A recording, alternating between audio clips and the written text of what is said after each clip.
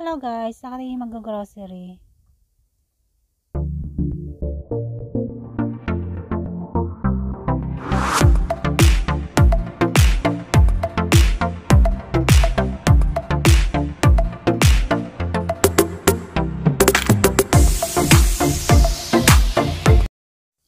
Hello guys, mag-grocery muna ako dito sa ibaba. Ayan, samahan niyo muna ako guys. Dito lang to sa ibaba namin.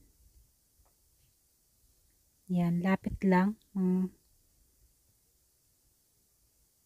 Konti lang naman ang kailangan ko pa kasi madali lang naman bumili dito eh. Ayan. Doon lang ako sa basement. Nandito kasi marami naman ditong grocery. Meron din sa first floor, pero dito ako sa basement namimili. Dito siya. Malit lang to pero kompleto naman siya.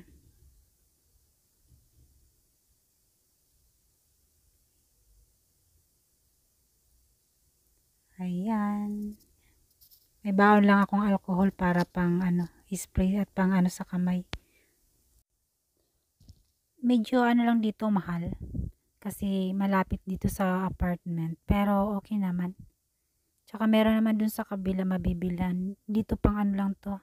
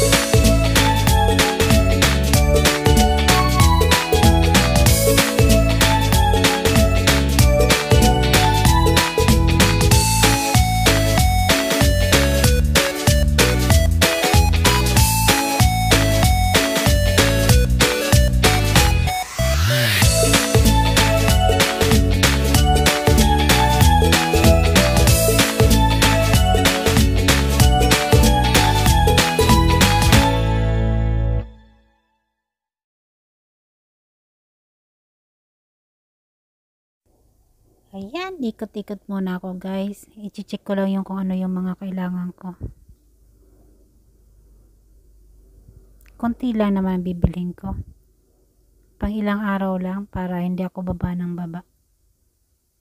Kahit malapit lang dito, syempre nag-iingat pa rin. Ayan.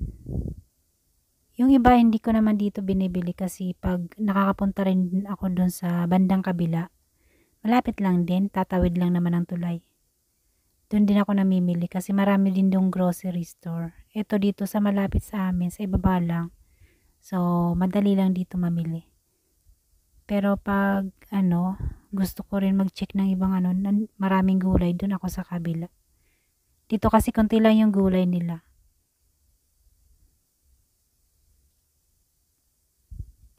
Mga lang talaga, mga foods lang dito. Yan, ikot-ikot lang ako guys.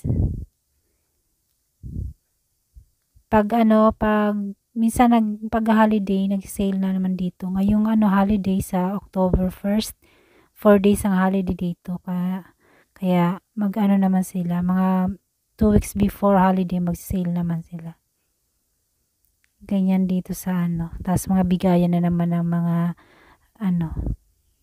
mga fruits o kaya yung pag ganyan. At Magluluto na naman ako sa next week kasi ganun dito. Pag holiday, dito sa bahay ang luto. Pero kami-kami lang. Ayan, tapos na ako guys mag-grocery. Pauwi na ako. Dito yung sa first floor, sa labasan na. Palabas na ako ng building. Kaya hindi na kahit umulan, saglit lang makakabili ka na dito kasi nandito na lahat. Meron dito mga barbershop, merong mga restaurant, meron ding patahian, lahat na nandito na. Tsaka lapit lang. Yun ang maganda sa kasi complete. Dito sa apartment. Ayan. Ayan, makulimlim. Uulan na siya kaya mabilis ako kasi mahangin. Parating yung bagyo. Pauwi na ako. Konting lakad lang naman, lapit lang. Nandito lang ako sa may amin namimili. Para hindi na lumayo. Mahirap pag may bit-bit. Pwede naman ipa-deliver pero mahirap din mag-iingat din palagi. Ayan nauumpisa na yung hangin niya. Kasi parating yung bagyo. Pero hindi naman dito sa may amin. Lang dito, ulan tsaka hangin lang. Pero sa iba talaga, ayun, malakas. Tapos may baha pa. Ayan, tingnan nyo na yung mga dahon. Pag na ito, November, wala na siyang mga dahon, lagas na. Lapit na naman, ilang buwan na lang, mag-winter na. Tis-tis na naman. Ayan, lapit na. Sa na to, sa entrance ng apartment namin. Ayan guys. Hello.